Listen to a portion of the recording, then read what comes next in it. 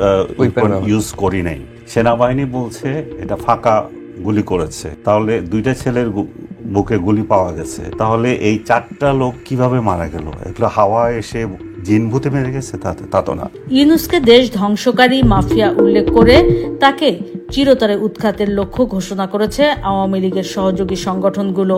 বিবৃতিতে বলা হয়, আসন্ন মার্চ টু যমুনা কর্মসূচির প্রস্তুতির অংশ হিসেবে ডাকা হয়েছে এই হরতাল। কর্মসূচি স্বতঃস্ফূর্তভাবে সফল করতে দেশের ছাত্র, তরুণ, যুব, কৃষক, শ্রমিক, শিক্ষক, চিকিৎসক, সাংবাদিক, বুদ্ধিজীবী সহ আপামর সাধারণ মানুষকে দায়িত্বশীল ভূমিকা পালন করার আহ্বানও জানানো হয়।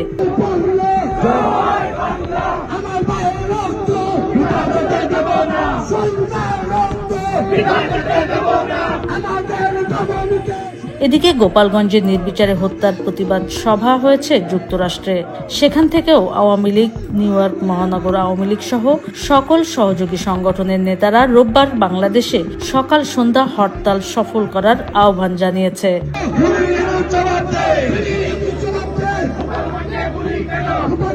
Desk report, Bangla news network. Niloy যদি একটু বলতেন যে আপনাদের যেই দাবি দেওয়া এখন এগুলো পূরণ করবে কে, এগুলো বাস্তবায়ন করবে কে, বা দাবি দেওয়া গুলো যদি আপনি একটু বলতেন। যেমন বুঝতে পারছি গোপালগঞ্জে যে ঘটনাগুলো ঘটছে সেগুলো আপনারা বিচার চান, এখন ময়না তদন্ত হয়নি, এই ঘটনায় কোনো মামলা কি হয়েছে আপনার জানা আছে কিনা? না না, মামলা কিভাবে হবে? তারা ওদেরকে যখন হসপিটালে নিয়ে গেছে, ওখানে তো তারা মবের শিকার, তাদেরকে কোনো চিকিৎসা নাই, কোনো কিছুই নাই, গালিগালাজ উল্টা। এরপরে মামলা তো এটা তো প্রশ্নই আসে না।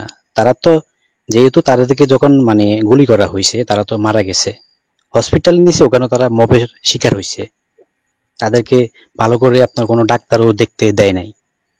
আর আপনার ওই যে থানায় তো যাওয়া, এটা তো পরের হিসাব, তারা তো হুমকি দমকি দিচ্ছে। এই যে এগুলি তো গত 2-3 দিন ধরে শুনছি, এই যে পরিস্থিতি একটা সৃষ্টি করেছে গোপালগঞ্জে, এটা দিয়ে কি হাসিল করতে চায় তারা? দেখুন, তারা তো সবকিছু পূর্ব প্রস্তুতি নিয়ে হোমওয়ার্ক করেই যে কোনো কার্যক্রমে অগ্রসর হন। তার ধারাবাহিকতায় তাদের মনে হয়েছে যে এটা হার্টল্যান্ড অফ আওয়ামী লীগ, এবং বঙ্গবন্ধুর সমাধিসৌধ যেহেতু সেখানে আছে এবং তাদের ব্যাক অফ দ্য মাইন্ড একটা চিন্তা আছে কোন কোন পক্ষের এই সমাধিসৌধ গুড়িয়ে দেবার, এবং সেটাকে জাস্টিফাই করার জন্য আবার আরেক বীর মুক্তিযোদ্ধা সাবেক মহামান্য রাষ্ট্রপতি জিয়াউর রহমানের শেষ ঠিকানাও গুড়িয়ে দেবার ফতোয়া জারি করে বসেছেন একজন। তো ফলে এর মধ্য দিয়ে ইন এ ওয়ে মুক্তিযুদ্ধ এবং মুক্তিযুদ্ধের সঙ্গে সংশ্লিষ্ট যাবতীয় যা কিছু আছে তার ধ্বংস কামনা করাটাই হচ্ছে এদের কাজ। এবং এর ফলে ব্যাপার যেটি দাঁড়িয়েছে, আপনার এটি কিন্তু যেদিকে গড়াবে, আমার ধারণা পুরো দেশ হয়ে দাঁড়াবে গোপালগঞ্জময়। আপনার গোপালগঞ্জকে সীমায়িত করবার চেষ্টা করে, কোণঠাসা করবার চেষ্টা করে, জনগণকে আপনার জিম্মি করে যে বার্তাটি দেওয়ার চেষ্টা চলছে, এটা হবে বুমেরাং। আপনার মানব চরিত্রের অজস্রতায় বিশ্বাস আছে বলে আমি কথাটি বললাম। জি, আমি এমনিতে স্যার যদি একটু বলতেন যে এই যে একটা অরাজকর নৈরাজ্যকর একটা পরিস্থিতি, এর শেষ কোথায় আসলে? আপনার যার শুরু আছে তার শেষও আছে। আপনার প্রফেসর ইউনূসের এই যে অ্যাজাম্পশন টু পাওয়ার, এটা যেমন শুরু আছে শেষও আছে, অত্যাবশ্যকভাবে অবশ্যম্ভাবীভাবে। এখন বিষয় হচ্ছে এটি কবে। এখন যত বেশি পরিমাণে অ্যাক্টিভিজম হবে, যত বেশি পরিমাণে পূর্ণ শক্তি নিয়ে আওয়ামী লীগ ঘুরে দাঁড়াবে, ততই তাদের অ্যাসারশন বাড়বে, তাদের উপস্থিতি বাড়বে, এবং তাদের এই কার্যক্রম সচল থাকলে আপনার যে ধারণাটা ছিল আগামী 20 বছর 25 বছরে আওয়ামী লীগের ঔষধ দেওয়ার কোন লোক থাকবে না, সেই পারসেপশনটা ভেঙে খান খান হয়ে গেছে এবং যাচ্ছে। আর কালকে যদি রকমের আহ সাফল্য ক্রিকেটাররা দেখাতে সক্ষম হন, তাহলে আমার ধারণা যে নতুন করে মনোবল ফিরে পাবে যে দলটি ক্ষমতা হারিয়েছে তারা, এবং অন্যরাও রাজনীতির মাঠে তাদেরকে তুচ্ছ তাচ্ছিল্য করে অবজ্ঞা করে কথা বলা থেকে হয়তো বিরত থাকবে। ধন্যবাদ। নিলয়, আপনি শুনলেন যে প্রফেসর কলিমুল্লাহ যেটি বললেন যে কতখানি পিকেটিং করা যায় তার উপর নির্ভর করছে এই হরতালের সফলতা, মানে যানবাহন চলাচল কতখানি বন্ধ রাখা যায়, তাই তো? এখন আপনাদের বিরুদ্ধে আছে সেনাবাহিনী, আপনাদের বিরুদ্ধে আছে পুলিশ, আপনাদের বিরুদ্ধে আছে পুরো প্রশাসন, তো কিভাবে কি করবেন? যেমন আপনারা, তাদের রাস্তায় আছে মব। আসলে এটা তো সবাই জানে, এই আপনার 11 মাস এটাই হচ্ছে। আর শুধু আওয়ামী লীগের উপরেই শুধু এই অত্যাচারটা, কারণ বিশ্বের ইতিহাসে আপনি দেখেন সেনাবাহিনী এরকম অত্যাচার কখন করছে? যখন আমাদের দেশে 71 যুদ্ধ হয়েছে, তখন পাকিস্তানি ওই আপনার রাজাকাররা আমাদের দেশের নিরীহ লোকদের এইভাবে মারছে, গুলি করছে, মারাইছে। কিন্তু সেই চিত্র তারা গোপালগঞ্জে দেখাই দিল 16 তারিখে। সেম পাকিস্তানি স্টাইলে আমাদের ছাত্রলীগের লোকদের গুলি করলো। এটা আপনার ইতিহাসে কই আছে যে যে দেশের সেনাবাহিনী দেশের জনগণকে আপনার আপনার ইয়ে দিবে, সেবা দিবে, তাদের ভালো দিকগুলা দেখবে, তাদেরকে রক্ষা করবে, সেখানে কেন সেনাবাহিনী আমাদের উপরে গুলি চালালো? এই বিচার আমরা তো এই বিচারটুকু আমরা চাই। জাতিসংঘের কাছে তো আমরা এই বিচারটুকু আমরা চাই যে এটা কিভাবে সম্ভব, যেখানে সেনাবাহিনী আমাদের নিরাপত্তা দেবে, উল্টা আমাদের উপরে তারা ফায়ার করতেছে। এরপরও এক সেনাবাহিনী বলতেছে, গালি দিয়া বলতেছে তাদেরকে গুলি কর। পরে পুলিশ জন বলতেছে আমাদের কাছে বুলেট শেষ, বলতেছে বুলেট টান, তারপরও গুলি কর। তো এগুলা দিয়ে তো ছাত্রলীগ, আওয়ামী লীগ, ছাত্রলীগ, যুবলীগ তাদেরকে দমানো যায় না, কারণ এগুলা সব আপনার বঙ্গবন্ধুর সৈনিক।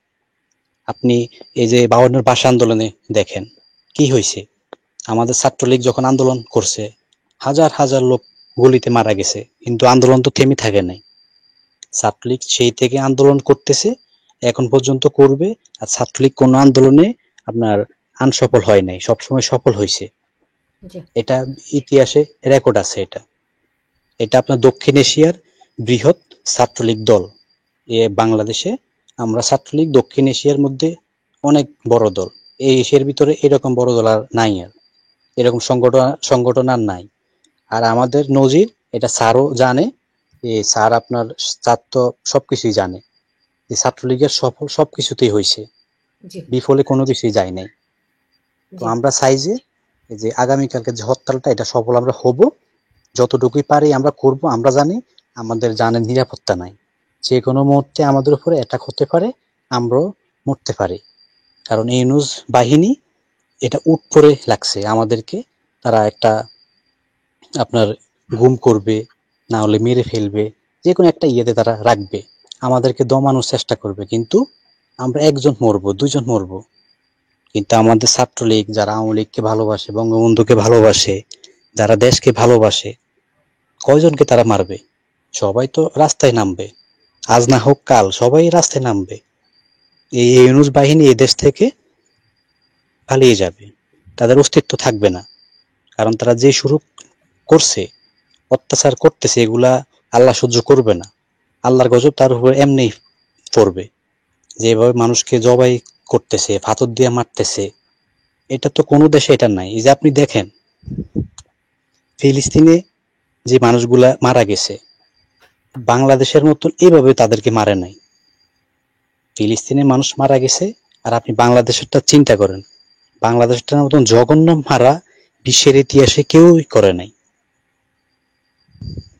এটা আপনি দেখেন, আপনি ফিলিস্তিনে মানুষ মারা যায়, আর আমাদের দেশে পাথর মেরে মারে, মারতে মাত্রে এরপরে তারা একবারে মানে বুক থেতলাইয়া দেয়, এরপরে মানুষকে জবাই করিয়া দেয়, ওফেনে হাত পাও কেটে দেয়।